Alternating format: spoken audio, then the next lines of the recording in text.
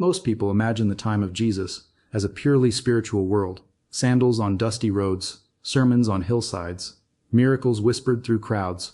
It feels distant, sacred, almost detached from reality. But for the people who actually lived there, life wasn't defined by theology. It was defined by survival. And survival meant one thing: money or the lack of it. The world into which Jesus was born wasn't just religious. It was economically strained, deeply unequal, and structurally unforgiving. Welcome to Atlas of History, where power, money, and human reality collide, and nothing is ever as simple as it seems. In the early 1st century, Judea existed under the shadow of the Roman Empire, one of the most efficient extraction systems the ancient world had ever seen. Rome didn't expand to develop regions. It expanded to drain them. Wealth flowed in one direction, from the outer provinces toward the imperial center. Grain, silver, labor, resources, all of it moved inward. Judea was one of those outer edges. And it wasn't a wealthy one. It was mostly rural, agricultural, fragile. The majority of people lived off small plots of land, not farms built for profit, but land barely sufficient for survival. A single bad harvest didn't mean a financial setback. It meant hunger, and Rome didn't adjust for that. The empire ruled Judea through a combination of local elites and imperial authority. Client kings like Herod governed with Roman approval. After him, Roman officials took direct control. Their role wasn't to improve lives. It was to maintain order and keep revenue flowing, and that revenue came from taxes. But not taxes as we understand them today. In Judea, taxes weren't based on success. They weren't tied to profit or growth. They were unavoidable. You paid for your land. You paid for what you produced. You paid simply for existing. You paid tolls on roads, fees in markets, religious taxes layered on top of imperial ones. And if you couldn't pay, there was no system to protect you.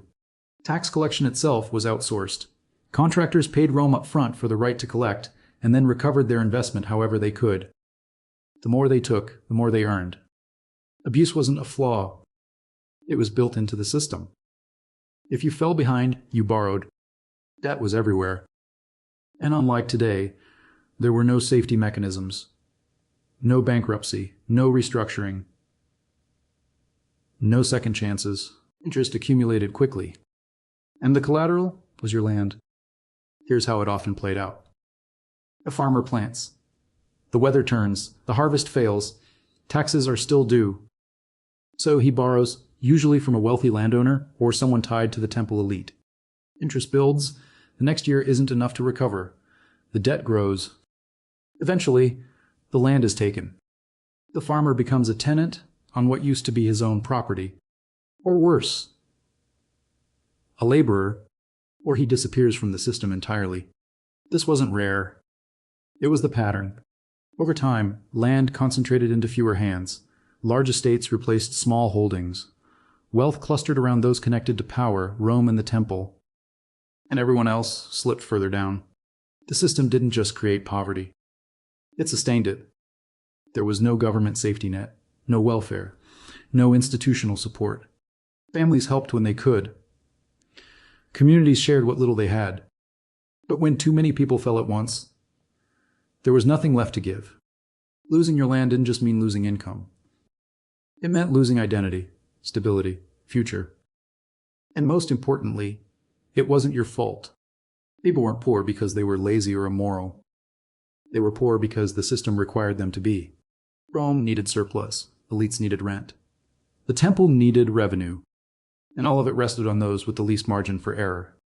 That pressure created something else. Tension. Judea wasn't calm. It was unstable, volatile. Resistance simmered constantly beneath the surface. Banditry wasn't always crime. Sometimes it was desperation. Movements formed. Leaders emerged. Promises of justice, reversal, liberation. Messianic expectations didn't rise in comfort. They rose in collapse. And this is where modern audiences often misunderstand everything. When people heard teachings about forgiveness, they didn't just think emotionally. They thought economically. Forgiveness meant release from debt. Freedom meant relief from burden. Good news for the poor wasn't symbolic. It was literal. It was about survival. By the time Jesus began speaking publicly, The pressure had reached a breaking point. People weren't just listening. They were ready. But to understand why the system felt so inescapable, you have to look at the institution that was supposed to protect them. The temple. Today, it's often imagined as purely religious, a place of prayer and sacrifice. But economically, it was something far more powerful. It functioned as a financial center, a treasury, a tax authority, a marketplace, a court, and all of those roles were intertwined. Every adult male was required to pay a temple tax, and it had to be paid in a specific silver coin. That meant money had to be exchanged. Enter the money changers. They facilitated the system at a cost. Pilgrims traveling to Jerusalem needed approved currency. They needed animals for sacrifice, doves, lambs, cattle, all regulated, all priced within the system. Even the poor is still paid. Religion didn't replace economic burden. It added to it. And the temple elite were not separate from political power.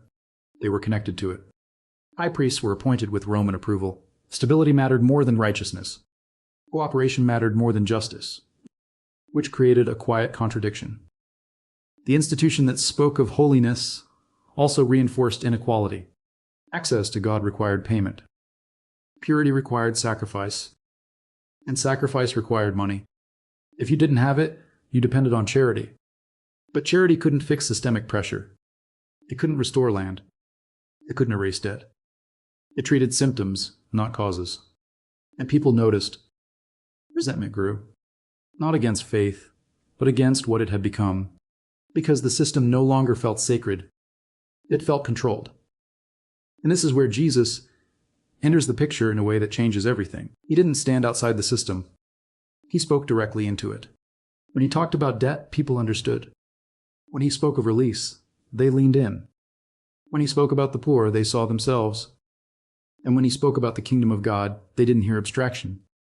They heard an alternative, a different order, a world where the current system wasn't final.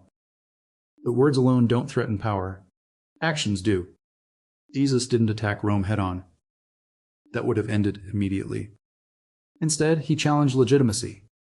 He reframed value. He questioned who held authority and why. His teachings were filled with economic language, workers, wages, debtors, creditors, landowners, servants. Not as metaphor alone, but as reality. He made inequality visible. And then came the moment that crossed the line. The disruption at the temple. When he overturned the tables of the money changers, it wasn't just symbolic outrage. It was economic confrontation. He wasn't rejecting worship. He was exposing exploitation, calling it what it had become, a system that profited from access to the sacred. That act made him dangerous. Rome tolerated teachers. It tolerated prophets. But it did not tolerate instability. And the temple authorities understood the risk, especially during Passover, when Jerusalem was crowded, tense, unpredictable. From their perspective, this wasn't just preaching. It was disruption. It was threat. And the conflict that followed wasn't primarily theological. It was political, economic. Because systems can survive suffering. They struggle when people begin to question why that suffering exists at all. Once people stop believing that debt is inevitable, it becomes harder to enforce. At that point, Judea was a pressure cooker. Taxation, land loss, debt, religious obligation, political control, all converging. And Rome responded the only way it knew how, with force. Within a generation, open rebellion broke out. In the year 66, Judea revolted. By 70, Jerusalem was under siege.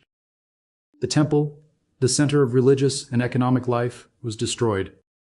Its wealth seized, its structure dismantled. Its leadership eliminated. Hundreds of thousands were killed or displaced. Rome didn't just suppress resistance. It removed the infrastructure that made resistance possible, and then rebuilt control on its own terms. But here's what most people miss. The destruction of the temple didn't end the system. It refined it. Taxation continued. Land consolidation accelerated. Debt remained. Less visible. More controlled. More absolute. In the short term, Rome won. Completely. But power isn't only about control of land. It's about control of meaning. Jesus didn't lead armies. He didn't propose tax reforms or political revolutions. What he challenged was deeper.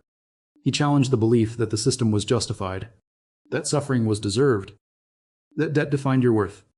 And by doing that, he weakened something Rome depended on just as much as its legions: legitimacy. Empires can endure hardship. They struggle when people stop believing the system makes sense. After the temple fell, the ideas didn't disappear. They adapted. Small communities began forming around different principles: shared resources, mutual support, debt relief within the group, loyalty based on belief, not status, land, or lineage. They weren't revolutions. They were alternatives, ways of living inside the empire without fully belonging to it. Rome could crush armies, but this kind of resistance was harder to eliminate. It didn't rely on territory. It moved through people. It survived pressure. And over time, something unexpected happened. Rome didn't fully erase it. It absorbed it. By the 4th century, the empire had integrated the very moral framework it once resisted. And in doing so, it revealed something profound. Power alone wasn't enough. Moral credibility mattered. Even to an empire, the economy of Jesus' time teaches us something uncomfortable. Systems don't collapse simply because they are unjust. They collapse when the stories that justify them stop being believed. Rome perfected extraction, but it never fully repaired the moral fracture beneath it. And that's the deeper pattern. Economic systems wrapped in moral language are incredibly resilient. They survive crisis. They survive resentment. They even survive rebellion. What they cannot survive is widespread disbelief. The moment people stop accepting that suffering is necessary, deserved, or meaningful, everything begins to shift. History doesn't repeat itself, but it reveals patterns. And once you see how power defends itself, not just with force, but with stories, it becomes much harder to believe those stories are accidental.